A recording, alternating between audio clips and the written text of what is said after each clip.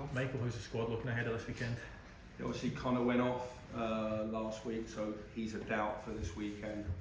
Everybody else is fine, no one's coming back into contention, so obviously it was a positive result, so we're going into the game in good spirits.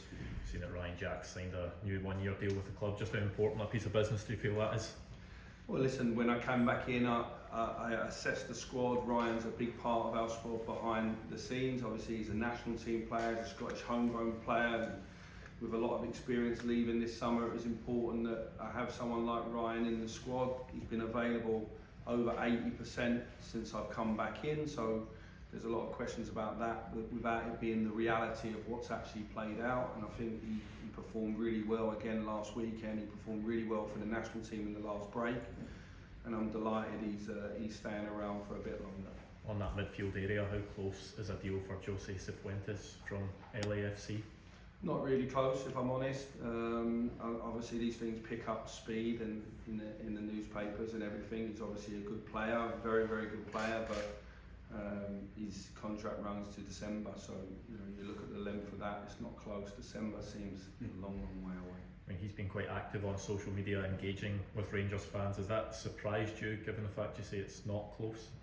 Social media, and I haven't seen that, mate.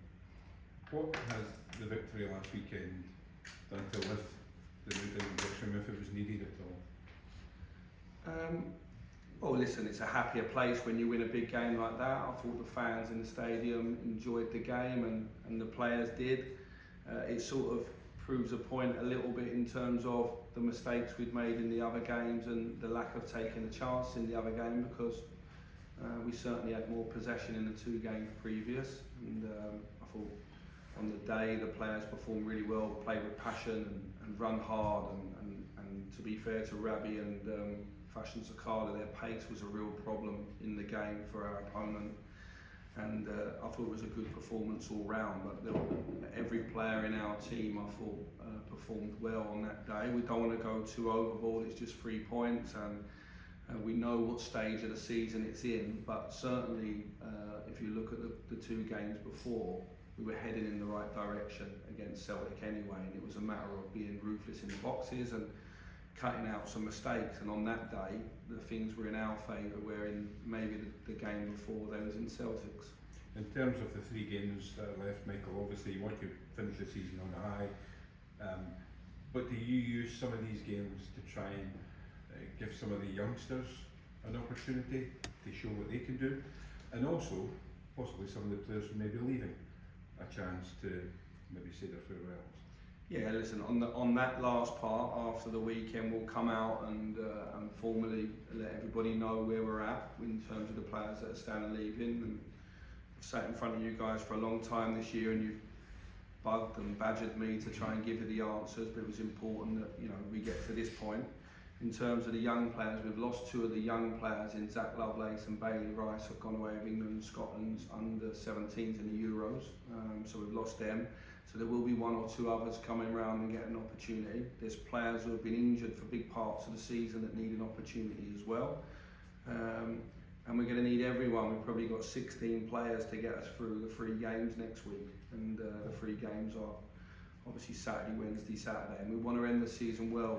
We know that the teams we're playing this week are still in the hunt for European places, so they're not slowing down. And it's important for us, after 2 good home wins against Aberdeen and Celtic, that we back that up this weekend. There's a huge gap, Michael, between Rangers in second and Aberdeen in third. I know it was just a few points behind that.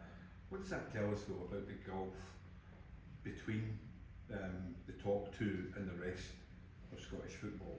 And is there any way at all, I know you're concentrating on Rangers, but would it be healthier for the league if there was more competition?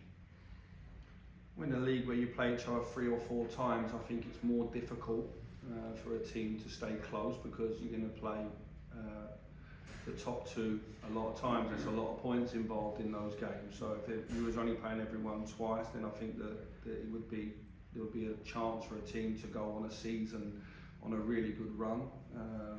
But that's not for me to decide. The structure's in place because everybody thinks that's the best thing for Scottish football. So I think at different times this season we've seen strong performances, out with the top two. You know, at times this year I thought Hearts played really well, and I thought they gained from the experience in Europe. Maybe the season caught them up a little bit in terms of the number of games because of European football. Aberdeen have recently been on a good run, and right now we're going to Hibs are unbeaten in 4 games. So I do think that in a league where you play each other that amount of times, you know, if you look this weekend, we're going to Hibs for the 3rd time this season. To say I don't think that's right in any league that's supposed to be fair and everyone play each other the same home and away, I've got an opinion on that. And I think that if the league was set up differently, then maybe one of the other teams can push because there's less games against the 2 top teams. Would you be in favour of that changing? Yeah, but I don't think it's going to change anytime soon. I don't think I'm going to say to you today or a headline that's going to be written is going to push that through. But yeah, I think it would, yeah. Michael, there's been a lot of chat about the incoming players and the players leaving, but last week gave a little bit of heart in terms of that you've got quite a good basis to build off. I'm thinking about guys like James, Connor, Todd, Nico, who all showed up really well, and of course Robbie McCrory. Listen, when the sun's shining in your face and you get a good result, everything seems better, and there's other times where the wind's in your face and everything's rubbish. That is the life of football, certainly a football manager in this city. I've said that all along. I think there's a core of players that will move forward. I think that's obvious. You don't change your whole squad, if you like.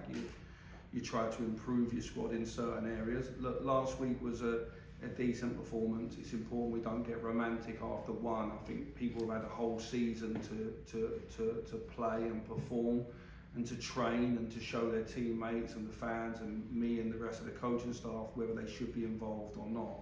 It was a good day last week. Michael, you mentioned after the win on Saturday about John sort of possibly working himself back into the national setup. Do you think he could be a big player for you going forward now? Yeah, I think he could. I think, look, we've toyed with the idea of playing 3 at the back because of the way that John's trained, and over a longer period of time he needs to show that he can stay fit and healthy. We're going to add into that area this summer in the competition. I think for Connor, John, Ben and young Leon's going to go up. It's going to give us more variety in that area, more, or add to our athleticism, if you like, and our power in that position, which I think is important over a long season. That area of our team this year, certainly at this first part of the season around Champions League, was very damaging to us. You know, if you look, the only one who's consistently stayed fit is the youngest one in Leon King. We've had no Phil Olander for the whole season. Ben's been in and out. Connor's had the one season in his career where he's had a few knocks and he's been out for a period of time, and obviously John, until recently, he's not been fit. So it's an area moving forward where there needs to be more consistency, and I think that'll build a strong squad. So these guys are going to have some competition, and hopefully they'll rise to that as well. In terms of Todd, did you always expect him to make as big an impact as he has early doors? I think with anyone with Todd's ability in terms of with the ball, if they show the same level of commitment and energy out of possession, then it's hard for fans not to take to them, and I think that's the key message to Todd. I was speaking to some of our B team players recently and asked them what they thought of him, and they always talk about the nice things with the ball. I think where Todd surprised everybody, and he must keep doing that, is in his work ethic for the team. He's pressing, he's harassing, and he's regaining the ball, and I think it's clear to see that we have a good player, but it's also very early in his time here at Rangers. He needs to underline it next season by pushing on, scoring more goals, assisting more goals, and ultimately here winning trophies, and he's fully aware of that. I've been delighted with him.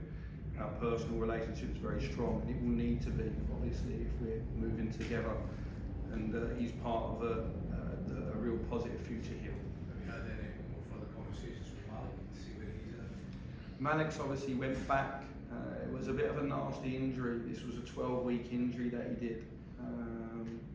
So he's gone back. We did the scans and everything here. He's gone back to Bayern because officially he's their player to have treatment. He was back over at the weekend to obviously get his award, and he's back for our presentation this weekend, probably thinking he's maybe going to get one more. So we'll have the chat. I think Malik said in an interview recently exactly where we are, the same as me. We're due to sit down and have a conversation. Michael, James was just saying that the recruitment this next season has to be spot on. Do you feel there's a certain pressure on yourself or the board to get it right because you're hoping to bring quite a few in? Yeah, we're looking at a new right back, just to put him under a bit of pressure. No, I think it's right. Listen, when you're here, the shirt it weighs on you. The expectation weighs on you. Expectation's a good thing, but obviously we want to strengthen in all areas. I think this year, for whatever reason, some of the new signings have been injured for a long part. So if you look at Rabbi and Ridvan and John Suter's performances last week, even Robbie McCrory, they've not always been fit and available for selection on a consistent basis. So I think the most important thing is we have a good pre-season, we recruit well, we come back tactically a little bit stronger for having a long pre-season, and I'm really optimistic about that. You know, I've on a personal level, yes, the games that have been in front of me have been important, but since I come in November, I always knew the summer was going to be a time of excitement and real energy from me and my staff towards a new group of players. How important was that for you to start that recruitment process before we went into the summer to be ready for next season? Yeah, obviously we brought in Nico and we brought in Todd. I was delighted with that. We were close to doing one or two other things that are much easier to do now in the summer than then, because the other teams that they may be coming from are fighting for promotion, relegation, whatever. They're in the middle of the season, they're reluctant to sell in that moment. I had some guarantees from the board when I came in November, of course, about my ideas for the future.